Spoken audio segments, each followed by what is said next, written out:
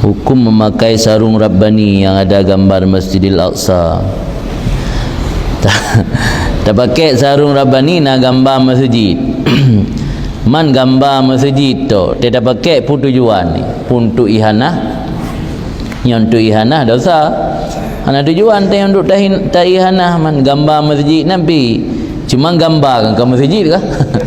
Gambar mentang. Kecuali menon dia menyentuh gambar Kaabah. Gambar yang jelas yang na tulisan Al-Quran lagi bak Kaabah asli nan yang hanjit. Sekedar gambar masjid mentang ataupun gambar jihlang bentuk lagi gambar purakan karikatur atau map menan.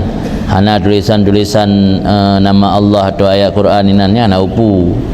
Sebab dia kan tujuan tu menghinakan, cuman hanya sebagai logo nah. Gambar sebagai logo na bupu kan. Ambil tujuan tu tapi hina, yang tapi hina api kan gambar harus masjid asli dek. Ya gambar tu. Gambar yang gambar ke masjid, gambar masjid nak buku.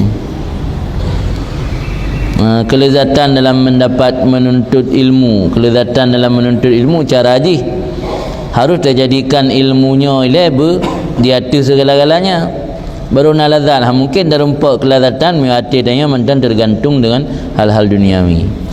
Singkirkan nilai selain ilmu baru terasakan kelezatan ilmu. Yang mantang na lah mati tanya yang kan ilmu, mantang lebih penting hal yang lainnya hana merasa lazat dengan ilmu.